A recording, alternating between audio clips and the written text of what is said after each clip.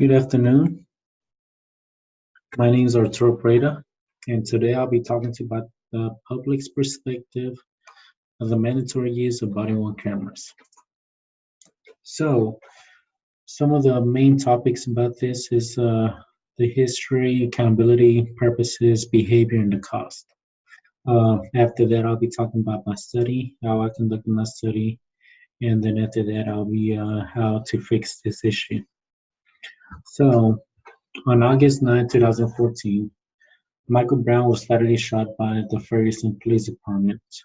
And then once this happened, race discrimination, the excessive use of force, and then civil rights violations will be in question. Once this happened, Barack Obama issued uh, $263 million to deploy 50,000 cameras across the country. So, and then the accountability and behavior. Officers are more likely to change their behavior whenever they know they're being recorded. Same for the citizens; they're more likely to be, feel different whenever they're actually being recorded. One of the other thing is the cost.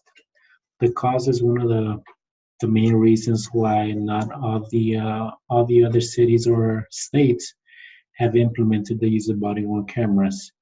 Um, Cameras do not cost that much, but one thing that's the one that costs the most is the storage devices, and then and then all the databases that they got to do.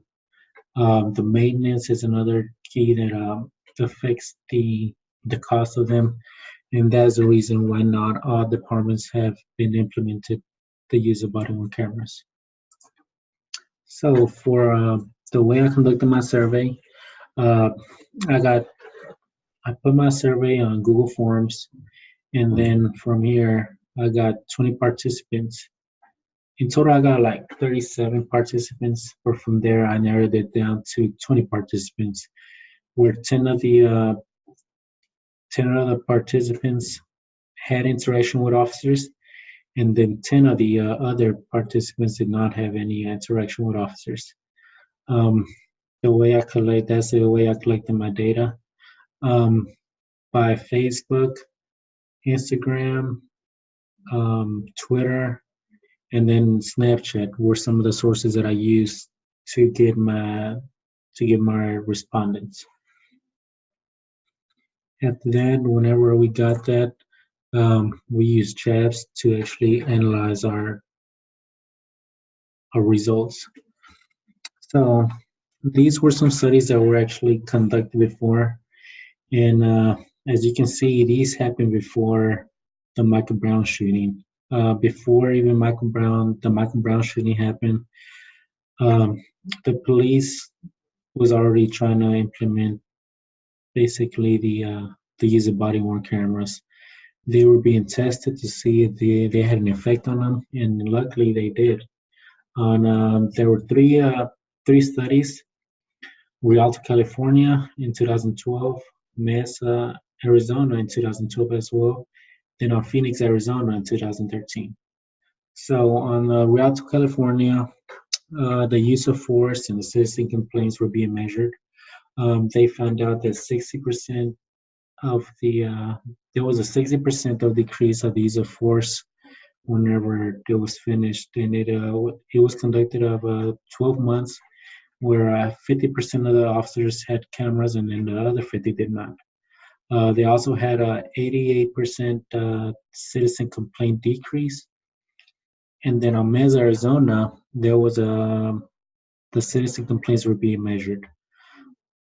There was It was a total of 8 months that this study occurred. Half of the officers wore cameras, and then half of the other one did not. Those that did not have cameras showed 30 times more citizen complaints. And then on Phoenix, Arizona, um, citizen complaints were also being measured. There was a 60% decrease of complaints, where 56 officers had cameras and 50 did not. and that lasted a total of 12 months. So for my study, I chose three hypotheses. Respondents who have children are more likely to support the use of body-worn cameras than those who do not have children. Respondents who have more interaction with police officers are more likely to feel safe with police presence than those who do not have any interaction with officers. My hypothesis three, respondents who have a higher annual household income are more likely to have more respect for officers than those who have a lower income. Like I said, after using Jest, I was able to get these results. Um, sorry. Out of those, let's see. Sorry, after those who had children, those who had no children, uh, they had did not have children. There were 12 respondents. There was those who had one children who were six.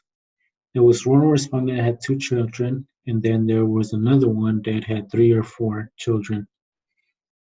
As you can see, all of them agreed, somehow agreed to the questions that was asked, and then let's see.